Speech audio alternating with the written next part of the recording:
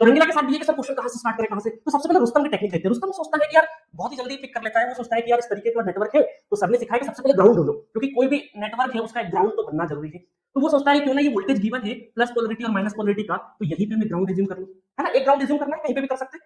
तो जैसे ये ग्राउंड एज्यूम किया तो ये हो जाता है 0 वोल्ट, और चूंकि ये 0 वोल्ट हो गया तो ये भी क्या हो जाएगा 0 वोल्ट हो जाएगा। और आपको मैंने सिखाया कि VAB कोई भी दो पॉइंट के बीच का वोल्टेज निकालना है तो that is VA minus VB।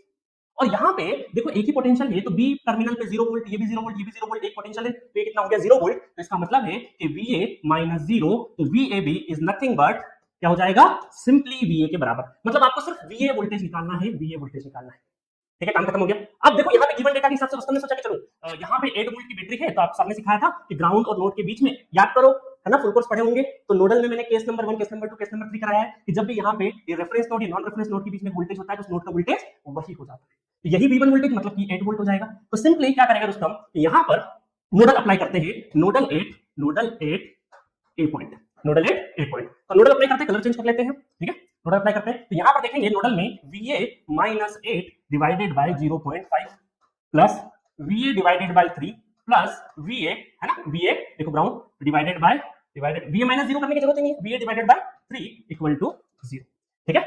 चलो अब यहाँ पर कई बार रुस्तम गड़बड़ी कर देता है कैलकुलेशन सॉल्व करने में, बट ये इजी क्वेश्चन है, रुस्तम से ही बोलेंगे कि भाई गड़बड़ी नहीं करने का यहाँ पे, है ना। तो चलो यहाँ पे 0.5 का मतलब क्या होता है 1/2, तो मैं 1/2 करूँ तो 2 को ऊपर ले जाऊँ, है ना, कर दो। देखो क्या करते हैं, ये 0.5 की जगह क्या हम ऐसा लिख सकते हैं 1/2 भी तो लिख सकते हैं, 1/2 लिखेंगे तो 2 ऊपर पहुंच जाएगा, 2 ऊपर पहुंच जाएगा तो कितना हो जाएगा 2VA 8 दूनी 16 प्लस सेम है तो 2 टाइम्स तो 2VA/3। देखिए बहुत सारे स्टूडेंट है ना, मानो चाहे नहीं मानो, बहुत सारे स्टूडेंट यहां तक आने के बाद भी क्वेश्चन गलत कर देते हैं क्योंकि वो हड़बड़ाहट में प्रेशर सिचुएशन में छोटी छोटी कैलकुलेशन गड़बड़ी कर देते हैं, कई बार एलसीएम नहीं ले पाते हैं।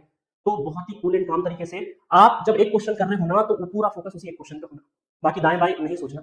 एक क्वेश्चन जब सॉल्व कर रहे हो तो बचे हुए 64 क्वेश्चन गेट एग्जामिनेशन में दिमाग में नहीं आने चाहिए, क्योंकि होती क्या है कैलकुलेशन गड़बड़ कि जब आप एक क्वेश्चन को सॉल्व कर रहे होते हैं तो बाकी के सारे क्वेश्चन आपके दिमाग में चल रहे होते हैं, जिसकी वजह से उस स्टेप पे आपका फोकस नहीं होता है, इस वजह से सिली मिस्टेक होती है। अब आंसर मिल गया क्यों सिली मिस्टेक होती है। चलो आगे बढ़ते हैं। अब देखो यहाँ पे क्या है कि ये हम लोगों ने पूरा सॉल्व कर दिया। अब यहाँ पे हम लोग क्या करेंगे कि 16 को उधर ले जाएंगे और एलसीएम ले लेंगे, तो 3 दूना 6, 6 और 2 8, 8VA divided by 3 equal to 16, ठीक है, 8 एकम 8, 8 दूनी 16, 3 दूना 6, तो VA इक्वल टू 6 वोल्ट और VA is nothing but VAB, है ना, क्योंकि VAB किसके बराबर है, VA के बराबर, तो 6 वोल्ट आंसर आ जाएगा।